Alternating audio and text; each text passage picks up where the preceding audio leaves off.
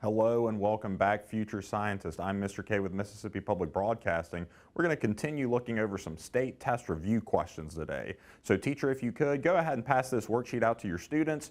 You all take about 10 or 15 minutes to review these. When you're ready for the answers, come back to me, unpause the video, and we'll look at the questions on the board behind me.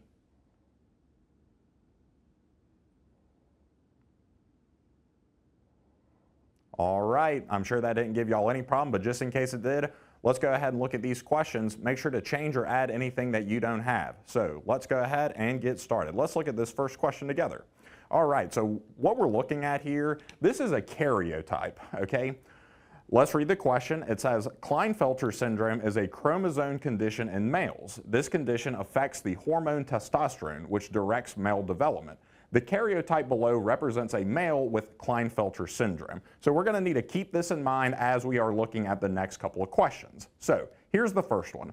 It says, circle or underline one option from each of the three sections below to complete a claim about the cause of Klinefelter syndrome. The first claim is, it is the result of a mutation during mitosis, or is it the result of a mutation during meiosis? For this one, I really want to go with meiosis. If you're looking at that karyotype, you'll see that the chromosomes, the sex chromosomes are the ones that were duplicated. We had 3 sex chromosomes instead of just 2. Meiosis is responsible for making our sex chromosomes. So if a problem is arising with the sex chromosomes, it's meiosis. If there's a problem with the autosomal or any of the other chromosomes other than the sex chromosomes, then it would be mitosis. But let's go with meiosis for this one. All right, here's the next one. So which of these is going to be our best answer choice? All right. So what's going on here is that there is an increase in the number of sex chromosomes in the affected male. If you're looking at that karyotype, you'll see that this individual had 3 sex chromosomes, okay? Most people only have 2. Women will have XX and men will have XY. In Klinefelter syndrome, they have an extra chromosome, and that means that there was an increase in the number of sex chromosomes. Great, let's do this last one. All right, so we need to figure out what is causing this, right? So what's going on is that there is mutations during the meiosis that affects the chromosomes, okay? So remember that meiosis is responsible for making our sex chromosomes, while mitosis is responsible for making all the other chromosomes in our body. And with Klinefelter syndrome, it's the sex chromosomes that we have too many of. So that's going to be the correct answer for that one. Let's go ahead and look at the next question here. Okay. So this says, which characteristic of the karyotype helps identify the male shown as having Klinefelter syndrome? So if you're looking at that karyotype, you'll see that there are 3 sex chromosomes, right? So it's not the length of the sex chromosomes, it's not the length of the non-sex chromosome, it is the total number of sex chromosomes, right? That's how we were able to identify that this individual, there was something a little off about them, right? Instead of just the 2 sex chromosomes like most people have, this individual had 3, and that helped us identify this person as having Klinefelters. Great, let's move on to the next one. Okay, so let's read over this. This says, use the following scenario to answer the next 2 questions. Proteins are organic compounds that play vital roles in living organisms. A single cell can contain thousands of proteins, each with a unique function. Although protein structure and function vary greatly, all proteins have similar building blocks. There's a chart that shows the different characteristics of those proteins. It gives us some examples and their function and their role. Down there above the graph, it says enzymes are a type of protein made by living cells. They can affect cellular reactions. Each enzyme works best in its optimal environmental conditions. Let's look at the question for this one. Okay, it says collagen, lipase, and hemoglobin have totally different functions, but are all classified as proteins. Select the 2 characteristics that these proteins have in common. Okay, well, the first thing that all proteins have in common is letter A. They all are going to contain the element nitrogen. And what I really need y'all to remember is that proteins are made up of these elements, CHON, okay? And this stands for carbon, hydrogen, oxygen, and nitrogen, okay? Just as a quick review of some of these other macromolecules, this is carbohydrates and lipids, CHO. So carbohydrates and lipids are made up of carbon, hydrogen, and oxygen. Proteins are CHON, and then the last one, the nucleic acids, is CHOMP. with an N instead of an M. So if you can remember CHO for lipids, CHO for carbohydrates, CHON for proteins, and CHOMP for nucleic acids, you'll be able to remember what the elements in these different macromolecules are.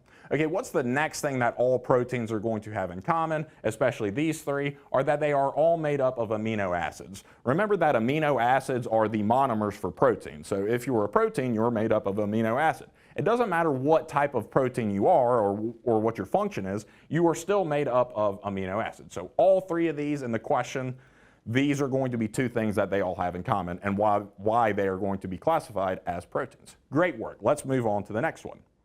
Okay, this says the diagram shows two different processes that can affect cells. Write the number of two correct descriptions in the box below each diagram to best describe the chromosome at the end of each process. So you can see we have two different pictures here, and it's our job to figure out which of these descriptions is going to fit each one. For process 1, the number that I really like is number 3. This says the chromosomes in the daughter cells have new combinations of alleles from the parent cells. If you look really closely at this picture, process 1 is meiosis, and during that process, we want to scramble the genes and shuffle the deck when it comes to our genes so that we can increase our genetic diversity. Okay, for process 2 over here, I like number 1. This says the chromosomes in the daughter cells are exactly the same as in the parent cell. And you can check that just by looking at it. These are our daughter cells. Remember, daughter is what we are ending with, and parent is what we're starting with. You can see that they look alike, right? They each have one black chromosome and one white chromosome. So they're going to be genetically identical. The chromosomes on process 1 are not like that. You can see this is what we're starting with, 2 of the dark chromosomes, 2 of the light chromosomes, but our daughter cells are not identical to that. They have the chromosomes kind of swapped and mixed around. Some of them are half light and half dark. So 3 for process 1 and 1 for process 2. Great job. Let's go on to the next one. Okay, this says, the model shows the development of sex cells before fertilization can occur. Write the letter of the cell represents the most likely genetic outcome of fertilization in the dashed circle. Okay, so what we're doing here is you can see when this sperm cell and this egg cell come together, which of our options down here is going to be our most likely outcome. For this one, I really like the letter A. Sorry about that. For this one, I really like the letter A, and you can see that this one has a dark chromosome, this one has a dark chromosome, this one has 2 dark chromosomes, right? This one has 1 white, this one has 1 light, and this one has 2 light. So when these 2 are coming together, that's going to be our outcome, okay? And this is the process of fertilization when a sperm and an egg cell come together to make a zygote. Great, let's go on to the next one. Okay, this says, students research different types of chromosomal abnormalities. They recorded information in a table. So there's the table. It has a couple of different types of chromosomal abnormalities. We just saw the Klinefelter syndrome earlier. It tells us the number of chromosomes and a description of what's going on. Let's look at the question here. It says, which statement best describes these chromosomal abnormalities? Okay, so what we want to go with here, okay, so it is nondisjunction. For this one, I really like the letter B, okay? These abnormalities are caused by nondisjunction in meiosis and results in more or fewer than the characteristic 46 chromosomes. So all of this is correct. What we really want to know, remember this nondisjunction is a term that can happen. This means that the chromosomes aren't separating the proper way. Okay, all of these have to do with sex chromosomes, so you can see a bunch of X's and Y's up here. Remember, those are our sex chromosomes. Meiosis is the one that is responsible for making sex chromosomes. So if there is a problem with the sex chromosomes, then meiosis is going to be the root cause. And it says can result in more or fewer than the characteristic 46. And that's what's going on here. All of these are not quite at the 46 that we want to be at. They're either a little higher or a little lower. So B is going to check all the boxes, and that's going to be our best answer choice for this one. Let's go on to the next one. Okay, this says, which table best compares the parent cell to the daughter cell in the process of meiosis? Okay, so let's think back to meiosis real quickly. Remember that in meiosis, our job is to make daughter cells that are not identical to each other or to the parent cell. right? We want to shuffle the deck of cards when it comes to our genes. Meiosis is the reason why you and your siblings don't look just alike. You might each look a little bit like your mom and dad, but you don't each look just like one another, right? So we want to make cells that are different from one another, okay? And then these other words, haploid and diploid, remember that the way we kind of think about these is that haploid is N, so this would be, for humans, this would be 26 chromosomes, and then diploid is 2N, which means 23 pairs of chromosomes, okay? And in meiosis, you want to think which one of these are we trying to make, right? Well, looking at these answer choices, let's see if we can find one that we really like here, okay? So I like D. So we're starting with one diploid cell, right? That's our parent cell. That's 2N, okay? Through the process of meiosis, we're going to end with 4 different haploid cells. So by the end of this whole process, we'll have 4 cells that are each N. And what that means, remember that when we're making sperm and egg cells, right, we want the egg to have 23 chromosomes. We want the sperm to have 23 chromosomes so that when they come together, we have the full 46 chromosomes. And that's why we're reducing the number of chromosomes in our sex cells, because when they come together, we want to hit that full 46. So I hope that cleared up any confusion on that one. Great job, y'all. Let's move on to the next one. Okay, this says, mitosis and meiosis are 2 processes that can produce new cells in an organism. Which statement correctly compares and contrasts new cells produced by each process? So let's look over these real quick and see if we can find something that we like.